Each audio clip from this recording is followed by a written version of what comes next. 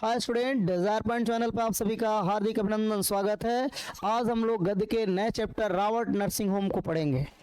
Robert nursing home में जो है आपको एक नर्स की कहानी है, आपको बताया जाएगा कैसे क्या है, जिनके बारे में आप ऑलरेडी जानते भी हैं। और ये केवल भारतवर्ष ही नहीं अपितु अंतर्राष्ट्रीय लेवल पे इनकी ख्याति है, प्रसिद्धि है। और जो इन्होंने कीर्तिमान स्थापित किया है सेवा के द्वारा, केवल मानव सेवा के द्वारा जो इन्होंने कीर्तिमान स्थापित किया है वो अपने आप में लाजवाब है, वो शब्दों के द्वारा बयान नहीं किया जा सकता। तो आइए इस चैप्टर को हम पढ़ते हैं और देखते हैं क्या लिखा है। कल तक जिनका अतीय था आज उनका परिचारक हो गया, क्योंकि मेरी अतिया अचानक रोग की लपेट में आ गई और उन्हें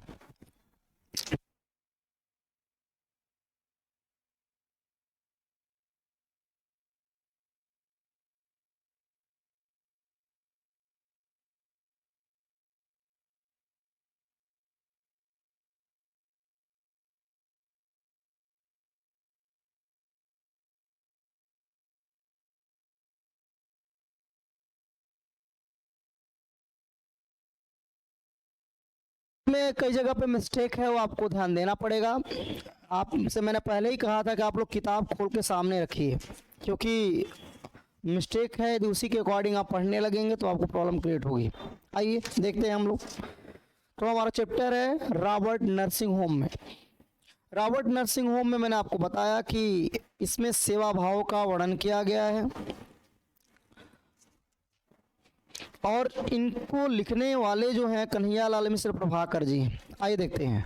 लिखा है कल तक जिनका अतिथि था, ये अतिथि लिखा है, ध्यान दीजिएगा, करेक्शन करते चलिए तो बाद में वीडियो देखेंगे प्रॉब्लम हो। ये था है, ये अतिथि लिखा है, ठीक है। आज उनका परिचारक हो गया क्योंकि मेरी अतिथिया, ये था है, ये था अतिथिया अचानक रोग की लपेट में आ गई और उन्हें इंदौर के रावट नर्सिंग होम में लाना पड़ा। यह है सितंबर 1951 की बात। चलिए आइए देखते हैं, पढ़ते रहते हैं क्या लिखा है। देखिए क्या लिखा है। कह रही कल तक जिनका अतिथि था, ये था लिखा है, यह है तो था समझिए, था लिखा है। कल तक जिनका अतिथि था, आवाज आ रही होगी। कल तक जिनका अतिथि था आज उनका परिचारक हो गया क्योंकि मेरी अतिथिया अचानक रोग की लपेट में आ गई। अचानक उनको क्या हो गया, रोग हो गया। कहानी ध्यान सुनिएगा, बहुत ही अच्छी कहानी है। और उन्हें इंदौर के रावट नर्सिंग होम में लाना पड़ा जब वो बीमार पड़ गई। तो यह घटना है सितंबर 1951 की। सितंबर 1951 में, सितंबर 1951 की घटना है, इंसिडेंट है। रोग का आघात पूरे वेग में परिणाम कंप कपाता और वातावरण चिंता से पिरा मेरा कि हम सब सूरत। ध्यान दीजिए क्या लिखा है। लिखा है कि रोग का आघात पूरे वेग में परिणाम कपकपाता और वातावरण चिंता से घिरा घेरा। चिंता से पीरा नहीं लिखा है बच्चों, चिंता से घिरा घेरा, घिरा घेरा, ये घ है, घिरा और ये रहा घेरा, घिरा घेरा कि हम सब सुस्त। ठीक है, ये सुस्त लिखा है, आधा था सुस्त आधा सा। तभी मैंने चौंक कर देखा कि अपने विशिष्ट धवल वेश में आच्छादित एक नारी कमरे में आ गई। आइए देखते हैं। कह रहे हैं कि रोग का आघात पूरे वेग से कप शरीर को कपकपाता हुआ, चिंता का वातावरण घिरा घेरे, हम सबको क्या कर दे, सुस्त कर दिया। एक ऐसा रोग आया जिससे हम कांप गए, चिंतित हो गए, परेशान हो गए। लेकिन उसी समय क्या घटना घटी। करे तभी मैंने देखा कि एक बिल्कुल स्वच्छ कपड़े पहने हुई, स्वच्छ मतलब सफेद साड़ी पहने हुई, बिल्कुल आच्छादित ढकी हुई एक नारी कमरे में आई। उसी समय सफेद कपड़े पहने हुए एक नारी कमरे में आई। देह उनकी कोई 45 बसंत देखी होंगी, 45 बसंत देखी होंगी, मतलब उनकी उम्र 45 साल की थी। वर्ण उनका क्या था, हिम श्वेत था, बिल्कुल बर्फ के समान सफेद उनका रंग था, पर अरुणोदय की रेखाओं से अनुरंजित। लेकिन ऐसे उनके चेहरे पे चमक थी, ऐसा लग रहा था कि सुबह के समय जब सूर्य उदय होता है उस समय जब लाल होता है तो उसी समय लालिमा, उसी प्रकार की लालिमा उनके चेहरे पर बनी हुई थी। कद उनका लंबा था और कद लंबा और साथ में लंबा मुंह नहीं, करेक्ट, कद उनका लंबा था और सुता सधा था, सुता सधा हुआ, ये धवा लिखा है। उनके बारे में बताया जा रहा है कैसी थी। लंबा मुंह अच्छा नहीं लगता, बीमार के पास लंबा मुंह नहीं। उन्होंने क्या कहा, लंबा मुंह अच्छा नहीं लगता है, बीमार के पास लंबा मुंह नहीं होना चाहिए। आते उन्होंने कहा भाषा सुधरी थी, उच्चारण साफ था और स्वर आदेश का, पर आदेश ना अधिनायक का था ना अधिकारी का था, पूर्णतः माँ का, जिसका आरंभ होता है सिकंजे से और अंत गोद में होता है। कहा जा रहा है, ध्यान दीजिए क्या कह रहे हैं, देख लीजिए एक बार। कह रहे हैं उनका लंबा मुंह अच्छा नहीं लगता, उन्होंने कहा बीमार के पास लंबा मुंह नहीं होना चाहिए। आते उन्होंने इस बात को कहा, भाषा बिल्कुल सुधरी थी, उच्चारण बिल्कुल स्पष्ट था, लेकिन ना अधिनायक का आदेश था ना ही किसी अधिकारी का आदेश था, बल्कि एक माँ की ममता के समान वो शब्द थे जो उन्होंने बोला, जो माँ के सिकंजे से आरंभ होता है और अंत उसका होता है गोद में, मतलब उसमें माधुर्यता थी माँ के समान। हाँ, वह माँ ही थी होम की अध्यक्षा मदर टेरेसा।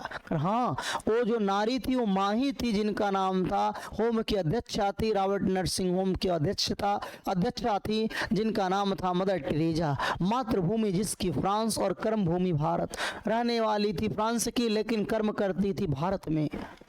उभरती तरुणाई से उम्र के इस बलम तक रोगियों की सेवा में लवलीन, यही काम, यही धाम, यही राग, यही चाय और बस यही। ध्यान दीजिए क्या लिखा है, लिखा है कि उभरती तरुणाई से उम्र के इस ढलाव तक, ये ढलाव लिखा है, उम्र के इस ढलाव तक रोगियों की सेवा में लवलीन, यही काम बस। देखिए ध्यान से, कर उभरती तरुणामयी से उम्र, धीरे धीरे उनका उम्र बढ़ रहा था, इस ढलाव तक रोगियों की सेवा में बिल्कुल लगी रहती थी, कंटिन्यू लगातार रोगियों की सेवा करती रहती थी। उनका यही काम था, यही उनका घर था, यही उनका राग था, गीत था, यही उनकी चाय थी और बस यही, मतलब दिन रात केवल रोगियों की सेवा करती रहती थी, रोगियों के बारे में सोचती रहती थी, उनकी सही होने की ईश्वर से प्रार्थना करती रहती थी।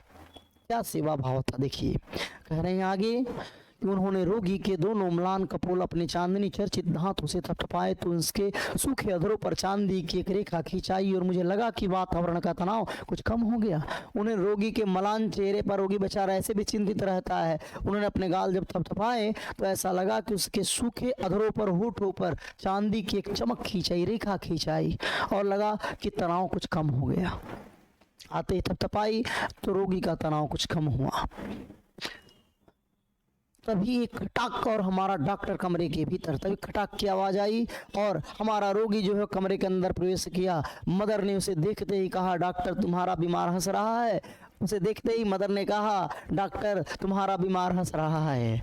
जैसे ही मदर ने ऐसा कहा, हाँ मदर तुम हंसी बिखेरती जो हो। डॉक्टर ने कहा, हाँ मदर तुम हंसी जो बिखेरती हो, लोगों को हंसाती हो, इसीलिए मेरा बीमार हंस रहा है। डॉक्टर ने अपने जाने कितने अनुभव योग एक ही वाक्य में गोद दिए। ऐसा लगा कि डॉक्टर को बहुत सारा अनुभव था माँ के साथ में, मदर टेरेसा के साथ में, उन्होंने उन सारे अनुभवों को एक ही वाक्य में गोद दिए, एक ही शब्द में गोद दिए। कह रहे मैंने भावना से विभूत हो सोचा, जो बिना प्रसव किए ही माँ बन सकती है, वही 30 रुपये मासिक योगक्षेम पर 20 वर्ष तक के दिन और रात सेवा में लगा सकती है, और वही पीड़ितों के तड़पते जीवन में हंसी बिखेर सकती है। तीसरे पहर का समय थर्मामीटर हाथ में लिए आई मदर टेरेसा। देखिए कितनी बड़ी बात है। कह रहे मैं भावना में जो है इमोशनल हो गया। मैंने सोचा कि जो बिना प्रसव के ही माँ बन सकती है, 30 रुपये मासिक योग पर जो है मासिक उनको वेतन जो मिलता है, और 20 वर्ष के दिन और रात सेवा में लगा सकती है, और वही पीड़ितों के तड़पते जीवन में हंसी बिखेर सकती है। इतनी बड़ी बात है। कह रहे तीसरा पहर हुआ, समय था, थर्मामीटर हाथ में लिए हुए मदर टेरेसा आई, उनके साथ एक नवयुवती भी थी। वह उसी जिस प्रकार से मदर टेरेसा सफ़ेद कपड़ों को, साफ सुथरे कपड़ों को पहने थी, वैसे ही विशिष्ट वेशभूषा में वह भी थी। गौर और आकर्षक थी, सुंदर थी, गोरी सी थी। हाँ, गौर और आकर्षक, पर उसके स्वरूप का चित्रण करने में ये दोनों ही शब्द सफल है। लेकिन वो इतनी सुंदर थी कि उसकी सुंदरता का वर्णन जो है इन शब्दों के द्वारा नहीं किया जा सकता। कर यो कहकर उसके पास आस पास आ पाऊंगा कि शायद चांदनी को दूध में घोलकर ब्रह्मा ने उसका निर्माण किया हो। करे यो कहकर उसके आस पास आ पाऊंगा, ये कह दूंगा कि शायद चांदनी को दूध में घोलकर ब्रह्मा ने उसका निर्माण किया होगा। इस प्रकार की सुंदरता दिखाई दे रही थी। करे रूप और स्वरूप का एक देवी साचा सी वह लड़की थी। ऐसा लग रहा था देवी के समान हो, इस प्रकार की सुंदरता उस लड़की की लग रही थी। नाम उसका क्रिस्टहेल और जन्मभूमि जर्मनी। उस लड़की का नाम क्या था? उस लड़की का नाम था क्रिस्टहेल्ड था, ड लिखा है ये। उस लड़की का नाम क्रिस्टहेल्ड था और जन्मभूमि थी उसकी जर्मनी। भारत में काम करती थी लेकिन रहने वाली थी जर्मनी की। फ्रांस की पुत्री मदर टेरेसा और जर्मनी की दुहिता क्रिस्टहेल्ड, एक साथ, एक रूप, एक ध्येय, एक रस। तुम्हारा देश महान है, युद्ध के देवता हिटलर को भी जन्म दे सकता है और तुम्हारे जैसी सेवाशील बालिका को भी। फ्रांस की पुत्री मदर टेरेसा और जर्मनी की पुत्री कौन? क्रिस्टहेल्ड। दुहिता मतलब पुत्री, एक साथ थे, एक रूप में थे, उनका एक ध्येय था, एक ही रस था। और मदर टेरेसा ने कहा तुम्हारा देश धन्य है जो युद्ध के देवता हिटलर को भी जन्म दे सकता है और तुम्हारी जैसी सेवाशील, सेवा करने वाली बालिका को भी, लड़की को भी जन्म दे सकता है। मैंने उससे कहा तो दर्द से दीप्त हो वह स्टेचू हो गई और अपना दाहिना पैर पृथ्वी पर एक से ठोकर बोली यस यस। कहा कर जब मैंने उससे कहा तो दर्प से, दर्प लिखा है बच्चों, ये जो दिख रहे हैं प है, दर्प है। कर जब मैंने उससे कहा तो दर्प से बिल्कुल गर्वान्वित हो गई, गर्व से जो है स्टेचू सी हो गई, अपना पैर पृथ्वी पे पटकी और पटक के बोली यस यस, बिल्कुल खुश हो गई। वह दूसरे कमरे में चली गई तो मदर टेरेसा को टटोला, आप इस जर्मन लड़की के साथ प्यार से रहती हैं? मैं जब टटोली मदर टेरेसा को, मैं उनसे बोली कि क्या आप जर्मनी किस लड़की के साथ जो है साथ में रहती हैं? बोली हाँ, वो भी ईश्वर के लिए काम करती है और मैं भी काम करती हूँ, फिर प्यार क्यों ना हो? अरे हम दोनों का तो लक्ष्य एक ही है, वो भी ईश्वर के लिए कार्य करती है और मैं भी ईश्वर के लिए कार्य करती हूँ, दोनों काम एक ही करती हैं, तो प्यार क्यों ना हो? मैंने नस्तर चुभाया, अर्थात मैंने बोला पर फ्रांस को हिटलर ने पद दलित किया था, ये आप कैसे भूल सकती हैं? इस बात को आप कैसे भूल सकती हैं कि फ्रांस को हिटलर ने जो है हराया था, परेशान किया था? नस्तर तेज था, चुवर गहरी, पर मदर का कलेजा उससे छूता रहा। बोली हिटलर बुरा था, वानी था, हिटलर बुरा था, उसने लड़ाई छेड़ी, पर उससे इस लड़की का भी घर बह गया और मेरा भी। हम दोनों एक। मदर टेरेसा ने झूम में इतने गहरे डूबकर कहा कि जैसे मैं उनसे उनकी लड़की को छीन रहा था। मदर टेरेसा ने कहा कि जब उसने ऐसा कहा तो मेरा भी घर बह गया, उसका घर भी बर्बाद हो गया, तो हम दोनों एक है। कह रहे हैं यहाँ पे कि मुझे ऐसा लगा कि मैं उनसे उनकी लड़की छीन रही हूँ। इस प्रकार से उन्होंने भाव विभोर होकर कहा। उन्होंने पहले ही दाव में मुझे चारों खाने दे मारा, चित्त कर दी, मतलब मेरे पास कोई शब्द ही नहीं था इसके अलावा। मदर चली गई, मैं सोचता रहा मनुष्य के बीच मनुष्य ने ही कितनी दीवारें खड़ी की है, ऊंची दीवारें, मजबूत फौलादी दीवारें, भूगोल की दीवारें, जाति वर्ग की दीवारें, कितनी मनहूस, कितनी नगण्य, पर कितनी अजीब। कह रहे मदर टेरेसा ने, माँ ने मुझे पहले ही खाने में चारों खाने चित्त कर डाला। अरे माँ तो चली गई, मदर चली गई, मैं सोचता रहा कि मनुष्य के बीच में कितनी प्रकार की दीवारें खड़ी कर दिया है। ऊंची दीवारें खड़ा किया है, मजबूत फौलादी दीवारें खड़ा किया है, जोग्राफिकल भूगोल की दीवारें खड़ा किया है, जाति वर्ग की दीवारें खड़ा कर दिया है। कितनी मनहूस, कितनी बेकार, कितनी अजीब दीवारों को उसने खड़ा किया जिसका कोई मतलब नहीं है। मानवता होनी चाहिए, इंसानियत होनी चाहिए, जो नहीं है। फालतू में हम आपस में धर्म के नाम पे, जाति के नाम पे, ठीक है, क्षेत्र के नाम पे आपस में लड़ रहे हैं, मरकट रहे हैं।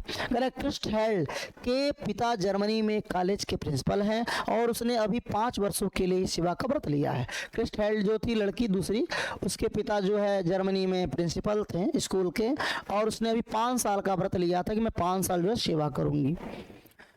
रोगिणी के गहरे काले बाल देखकर उसने कहा, तुम्हारे काले बाल मेरे पिता कैसे है? कहा कि वह स्मृतियों में खोसी गई। मुझे लगा कि मैं ही कृष्ण हूँ, अपने माता पिता से हजारों मील दूर एक अजनबी देश में अकेली खोई छली सी, और मेरी आंखें भर आई। रोगिणी के जब गहरे काले बाल देखा उसने तो कहा, तुम्हारे काले बाल जो है मेरे पिता के बाल के समान है। कहा कि वह स्मृतियों में खो गई, यादों में खो गई वह। मुझे लगा कि मैं ही क्रिस्टेल्ड हूँ, ऐसा मुझे प्रतीत हुआ। कह रहे हैं कि मुझे ऐसा लगा कि मैं खुद ही क्रिस्टेल्ड हूँ, अपने माता पिता से हजारों मील दूर एक अजनबी देश में अकेली खोई छली सी, और मेरी आंखें भर आई। इस बात को सोचकर लड़की मेरे आंसुओं में दूर डूब गई, और किनारा पाने को उसने जल्दी से उन्हें अपने रुमाल से पोंछ दिया। आंसू जो गिर रहे थे रुमाल से पोंछी। उसकी सदा हंसती आंखें सम गई, नरम हो आई, पर जरा भी नम नहीं। मैंने पूछा घर से चलते समय गई भी तुम? देखिए यहाँ पे भी थोड़ा सा मिस्टेक है, ध्यान दीजिएगा। लिखा है रोगी के, ये हो गया। करके मैंने उससे पूछा, लड़की कि मैंने उससे पूछा घर से चलते समय रोई थी तुम? ये रोई थी तुम? मैंने उससे पूछा कि घर से चलते समय रोई थी तुम? उसका भोला उत्तर था, ना मैं बहुत रोई थी। जब मैंने उससे पूछा कि क्या तुम घर से चलते समय रोई थी, तो कह रही कि नहीं मैं रोई नहीं थी, बहुत रोई थी मैं। फटी आंखों कुछ देर में उसने उसे देखता रहा, तब कुछ निस्कट उसे भेंट किए। देखिए फिर लिखा है बिस्किट होना चाहिए, निस्किट नहीं बिस्किट है। ध्यान दीजिएगा, छोटी सी चीजें अर्थ को बदल देंगी, इसीलिए मैं कहा कि बुक लेकर बैठिए। देखिए मैं भी बुक आपके सामने ले आई हूँ। करे फटी आंखों कुछ देर में उसे देखता रहा, तब कुछ बिस्किट उसे भेंट की। मैं बोली धन्यवाद, बैंक यू तांगसु। उसने क्या कहा? थैंक यू तांगसु। बैंक यू ने लिखा, थैंक यू लिखा है। है जब मैं उसे बिस्किट भेंट की तो उसने क्या कहा? थैंक यू तांगसु, अपने भाषा में बोली तांगसु। वह अक्सर जो है हिंदी अंग्रेजी जर्मन भाषाओं के शब्द मिलाकर बोलती थी। जब बोलती थी तो उसमें हिंदी अंग्रेजी जर्मनी सारी भाषाओं का मिश्रण होता था। हम सब हंस पड़े और ये हंसती हंसती भाग गई। कह रहे मदर टेरेसा खाने जाए बातों के मूड में थी। मैंने उनके सहृदय मानस में चोर दरवाजे से झांका। मदर घर से आने के बाद फिर आप घर नहीं गई? मदर टेरेसा बातों के मूड में थी। मैं उनके हृदय में झांका। मैंने उनसे पूछा, माँ आप जब घर से आए तो क्या दोबारा घर नहीं गई? कान अपना काम कर चुके थे, वाणी को अपना काम करना था, पर मंदर ने उसकी राह मोड़ दी। और तब मैंने सुनी यह कहानी। कान अपना काम कर चुका था, मैंने बोला कान अपना काम कर चुका था, वाणी को अपना काम करना था, पर मदर ने जो बात ही को मोड़ दिया। और उन्होंने मुझे कहानी सुनाया। कहानी क्या थी? कहानी ये थी कि कई वर्ष हुए फ्रांस में विश्व भर के पूजा गृहों का एक सम्मेलन हुआ। भारत की 2 मदर भी प्रतिनिधि होकर उस सम्मेलन में गईं। वे फ्रांस की ही थी, उनके माता पिता फ्रांस में ही थे। उन्हें पता था कि बरसों बाद हमारी पुत्रियां आ रही हैं। दोनों माताएं अपनी पुत्रियों का स्वागत करने जहाज पर आईं, पर विचित्र बात यह हुई कि वे दोनों अपनी पुत्रियों की पहचान ना पाईं और आपस में कहती रही कि तुम्हारी बेटी कौन सी है। अंत में उनका नाम पूछा और तब गले मिले। देखिए कितनी बड़ी बात। कहानी में बताई कई साल पहले फ्रांस में विश्व भर के पूजा गृहों का एक सम्मेलन हुआ। भारत की तरफ से 2 मदर जो है उसका प्रतिनिधित्व करने के लिए गई थी उस सम्मेलन में।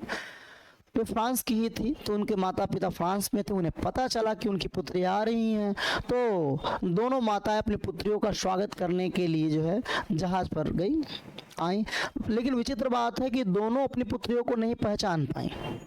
वे आपस में बात करती रही कि तुम्हारी बेटी कौन सी है, तुम्हारी कौन सी है। अंत में उनका नाम जब पूछी तो पूछने के बाद जो है गले लगाई, बस जान नहीं पाई। इस तरह से कहानी पूरी हुई। जो कई प्रश्न उठे, पर मदर टेरेसा उठते ना उठते भाग गई। जब कहानी पूरा हुआ तो दिमाग में जो है कई प्रश्न उठे बस, लेकिन मदर टेरेसा क्या की बात ही बात में वो चली गई।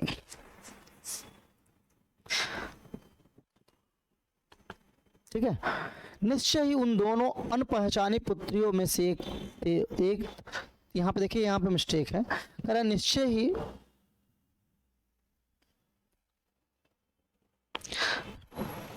उन दोनों अनपहचानी पुत्रियों में से एक वे स्वयं थी। एक वे, ये वह है, करे निश्चय ही उन दोनों अनपहचानी पुत्रियों में से एक वो स्वयं थी। वो भी गई थी उसमें, लेकिन उनकी माँ पहचान नहीं पाई, लेकिन मदर टेरेसा गई थी उसमें। कहानी में बता दी। बस इतना ही, एक दिन मैं उनसे और कहला सका, घर से बहुत चिट्ठी आती है तो मैं यहाँ के किसी स्थान का फोटो भेज देती हूँ। और फिर कहीं यदि कोई पूछता है घर वाले तो मैं यहीं का कहीं फोटो भेज देती हूँ। रोग पूरे उभार पर था, रोगी के लिए, देखिए फिर यहाँ पे मिस्टेक है, कह रहे कि रोग जो है पूरे उभार पर था, रोगी के लिए असह्य था। असह्य मतलब होता है जिसे आप सहन ना कर सके, असह्य लिखा है जिसे आप सहन ना कर सके, असहनीय बोलते हैं, सहन ना कर सके वही असह्य होता है। कह रहे रोग पूरे उभार पर था, रोगी के लिए असह्य था। मदर टेरेसा ने कहा तुम्हारे लिए आज विनती करूंगी। उनका चेहरा उस समय भक्त की श्रद्धा से प्रदर्शित हो उठा था। क्या रोगी का जो है रोग बहुत ही उभार पे था, उसे असहनीय दर्द हो रहा था। माँ ने कहा आज मैं ईश्वर से, आज मैं गॉड से तुम्हारे लिए प्रार्थना करूंगी।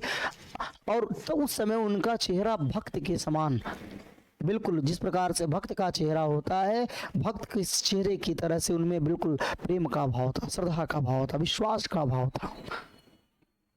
है रोगी ने कहा कल भी करना मदर। मदर के स्वर में मिश्री ही मिश्री पर मिश्री कूजे की थी, जो मिठास तो तुरंत देती थी पर घुलती तुरंत नहीं, और बल का प्रयोग हो तो मसूड़े तक को छिल देती है। बोली ना कल उसके लिए करूंगी जिसे सबसे अधिक कष्ट होगा।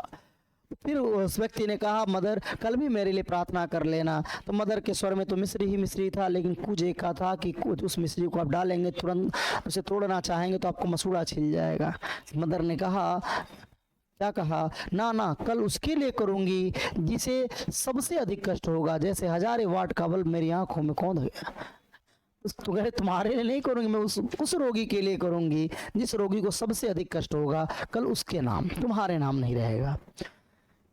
मैंने बहुतों को रूप से पाते देखा था, बहुतों को धन से और गुणों से भी बहुतों को पाते देखा था, पर मानवता के आंगन में समर्पण और प्राप्ति का यह अद्भुत सौम्य स्वरूप आज अपनी ही आंखों देखा कि कोई अपनी पीड़ा से किसी को पाए और किसी का उत्सर्ग सदा किसी को पीड़ा के लिए ही सुरक्षित रहे। कह रहे हैं यहाँ पे कि मैंने बहुतों को रूप से पाते देखा था, चेहरे से सुंदरता देखा था, बहुतों को धन देखा था, बहुतों के पास, बहुतों को गुणों से बहुतों को पाते देखा था, पर मानवता के आंगन में समर्पण और प्राप्ति का अद्भुत सौम्य स्वरूप आज अपनी ही आंखों से मैंने देखा कि कोई अपनी पीड़ा से किसी को पाए और किसी का उत्सर्ग सदा किसी को पीड़ा के लिए ही सुरक्षित रखे। कह रहे मैंने ऐसी पहली बार ऐसी माँ को देखा जो अपनी पीड़ा को पीड़ा ना समझे, दूसरे की पीड़ा को अपनी पीड़ा समझकर जो है कार्य करती रहे, ऐसी मानवता को मैंने पहली बार देखा। ऊपर के बरामदे में खड़े खड़े मैंने एक जादू की पुड़िया देखी, जीती जागती जादू की पुड़िया। आदमियों को मक्खी बनाने वाला काम रूप का जादू नहीं, मक्खियों को आदमी बनाने वाला जीवन का जादू। होम की सबसे बढ़िया मदर मार्गरेट। ऊपर के दरवाजे में जब मैं खड़ा था तो मैंने एक जादू की पुड़िया देखा कि ऊपर के दरवाजे में खड़े खड़े मैंने एक जादू की पुड़िया देखी, जीती जाती जादू की पुड़िया थी। आदमियों को मक्खी बनाने वाला काम रूप का जादू नहीं कि आदमी को मक्खी बना दे, मक्खियों को आदमी बनाने वाला जीवन का जादू। होम की सबसे बुढ़िया मदर मार्गरेट। कद इतना नाटा कि उन्हें गुड़िया कहा जा सके।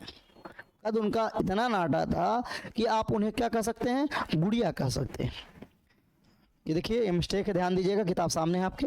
पर उनकी चाल में गजब की चुस्ती थी, फुर्ती थी, और व्यवहार में मस्ती थी। ये मस्ती लिखा है, वो फुर्ती लिखा है। हंसी उनकी यूं की मोतियों की बोरी खुल पड़ी हो। हंसती तो ऐसी थी लगता था मोती जो है बिखर रहा हो। और काम थी कि मशीन मात माने, इतना तेज काम करती थी कि मशीन भी उतना तेज काम नहीं कर सकता। भारत में 40 वर्षों से सेवा में रसलीन जैसे कुछ उन्हें जीवन में अब जानना भी तो नहीं। इस प्रकार से भारतवर्ष में 40 वर्ष कार्य में थे कि इसके अलावा उन्हें जीवन में कुछ जानने की इच्छा ही नहीं थी, वही उनके लिए सब कुछ था। ऑपरेशन के लिए एक रोगी आया, ऐसा आराम में पला जीवन। पहला ऑपरेशन के लिए एक रोगी आया जो कि ऐसो आराम से पला था, उसको दर्द पता ही नहीं था। कहने की बेचारे को आदत, सहने का उसे क्या पता। पर क्या पात्र की क्षमता देख कर आता है। कहने के बेचारे की आदत थी, भाई कह देता था, भाई रो उसके पास नौकर चाकर थे, कह देता था, लेकिन सहने की आदत तो उसको नहीं थी ना। वो कहने को तो कह देता था, उसे सहने की आदत नहीं थी। अब देखिए यहाँ पे भी एक मिस्टेक है, ध्यान दीजिएगा। पर कष्ट क्या पात्र की क्षमता देकर आता है? पर कष्ट, ये कष्ट लिखा है, पर कष्ट क्या पात्र की क्षमता देकर आता? बिल्कुल नहीं आता। कष्ट तो किसी को आ सकता है, चाहे धनी हो, चाहे गरीब हो, चाहे बुजुर्ग हो, चाहे छोटा बच्चा हो, किसी को आ सकता है। मदर मर जाऊंगा, उसने विह्वल होकर कहा, मदर मैं ऑपरेशन करने पे मर जाऊंगा। वातावरण चित्कार की विह्वलता से भर गया, रो रहा था, चिल्ला रहा था। पर बूढ़ी मदर जो कि हंसी के दीपक ने झपकी तक नहीं खाई, लेकिन माँ हंसती रही, मुस्कुराती रही, उसकी मुस्कान कम नहीं हुई। बोली, कुछ नहीं, कुछ नहीं, आज है एवरीथिंग, सब कुछ, कल समथिंग, ये थिंग लिखा है, कुछ कुछ, और बस तब नथिंग, कुछ नहीं। लेकिन माँ हंसती रही। हंसते हंसते उन्होंने बोला कि आज है एवरीथिंग, सब कुछ है, आज तो थोड़ा दर्द हो रहा है, कल समथिंग, कल जो है समथिंग होगा, कल कुछ कुछ होगा, और बस तब नथिंग, नथिंग मतलब फिर कुछ नहीं होगा। और इतने जोर से खिलखिला हंसी कि आसपास कोई होता तो झेप जाता। और इतना बोलते ही एकदम तेज हंसने लगी। देखिए कितनी अच्छी बात बोली थी, कहीं कि आज है एवरीथिंग, सब कुछ, कल होगा समथिंग, कुछ कुछ, और बस तब हो जाएगा नथिंग, बिल्कुल दर्द नहीं होगा। इतना कहते ही वो खिलखिला कर हंसने लगी, खूब तेजी ठहाका मार के हंसने लगी। कह रहे कि यदि कोई आसपास होता तो झेप मारता, इतनी तेज हंसी, शर्मा जाता। एक रोगी उन्होंने देखा, देखे फिर क्या लिखा है, उन्होंने एक रोगी देखा, चिंता के गर्त से उठ उभरती रोगिणी। चिंता, ये चिंता लिखा है, कह रहा कि उन्होंने एक रोगी देखा, चिंता के गर्त से, चिंता के गर्त लिखा है, तो गर्त से, चिता नहीं है बच्चों, ध्यान रखिएगा, चिंता लिखा है। चिंता के गर्त से उठ उभरती रोगिणी, जोर से चुटकियां बजाकर वे किलकी जीवती, जीवती यह है उनकी जी उठी, जी उठी। कहा जा रहा है कि एक रोगी उन्होंने देखा, चिंता के गर्त से उठ उभरती रोगिणी थी, चिंता के गर्त से उभरी, जोर से चुटकियां बजाकर वे किल की जीवती, जीवती यह है उनका जी उठी, जी उठी। उन्होंने कहा यह अनुभव कितना चमत्कारी है कि यहाँ जो जितनी अधिक बूढ़ी है वह उतनी ही अधिक उत्फुल्ल मुस्कानमयी है। यह किस दीपक की ज्योत है, जागरूक जीवन की, लक्ष्यदर्शी जीवन की, सेवा निरत जीवन की, अपने विश्वासों के साथ एकाग्र जीवन की। भाषा के भेद रहे हैं, रहेंगे भी, पर यह ज्योत विश्व की सर्वोत्तम ज्योत है। कर यह अनुभव कितना चमत्कारी है। यहाँ जितनी जो बूढ़ी है उतनी एक्टिव है, उतनी ही अधिक उत्फुल्ल है, उसके चेहरे पर उतना अधिक मुस्कान है। वह किस चीज की ज्योति है, किस दीपक की ज्योति है? ये जागरूक जीवन की ज्योति है, लक्ष्यदर्शी जीवन की है, सेवा निरत जीवन की, लगातार सेवा में, मनुष्य सेवा में, मानव समाज में, मानव सेवा में लगे रहना है, अपने विश्वासों के साथ एकाग्र जीवन की ज्योति है। ये भाषा के भेद रहे हैं, रहेंगे भी, पर यह ज्योति विश्व की सर्वोत्तम ज्योति है। इस ज्योति के सामने सब कुछ क्या है? बेकार है। मानव सेवा ही सर्वोत्तम सेवा है। कह रहे इसलिए इसमें जो आनंद है, जो प्रसन्नता है, यह ज्योति कभी भी अंत होने वाली नहीं है।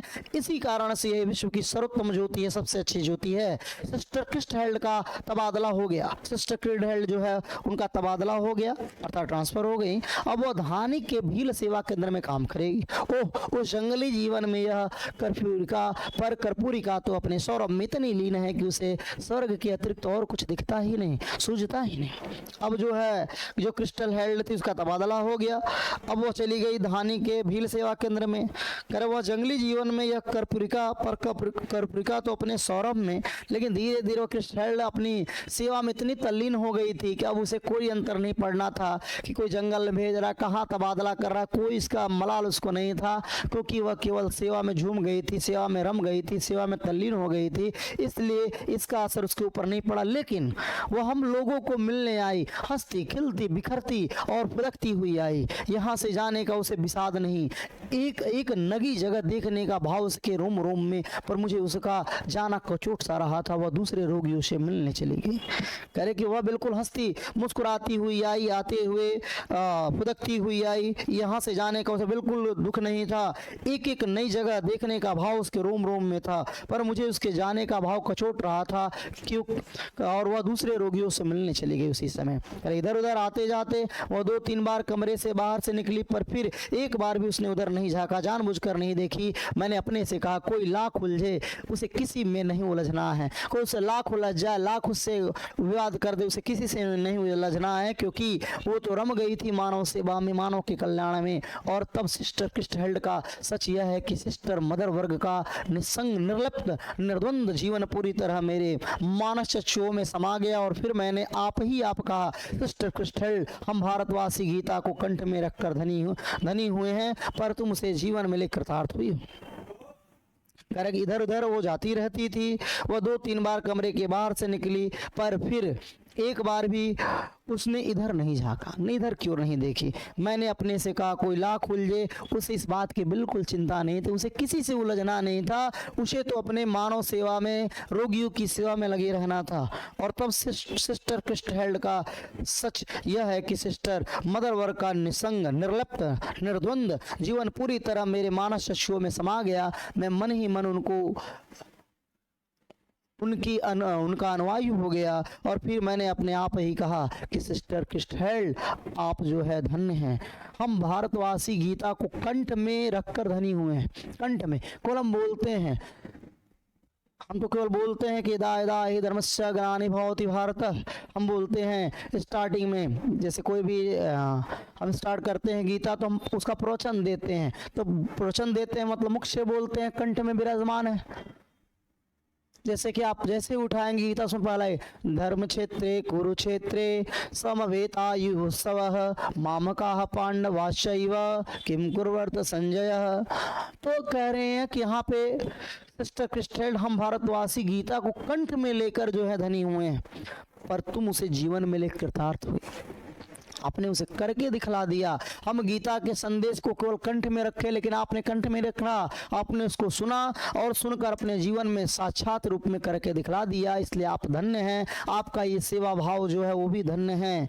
इस प्रकार से ये चैप्टर समाप्त हो गया रॉबर्ट नर्सिंग होम में, जो कि आपने देखा कि सेवा भाव जो होता है, जो किसी के लिए कोई सेवा करता है, कोई उपकार करता है, परोपकार करता है, तो उसे एक असीम प्रसन्नता मिलती है। और वास्तव में वही सेवा सर्वोपरि सेवा है, वही ज्योति सर्वोत्तम ज्योति है।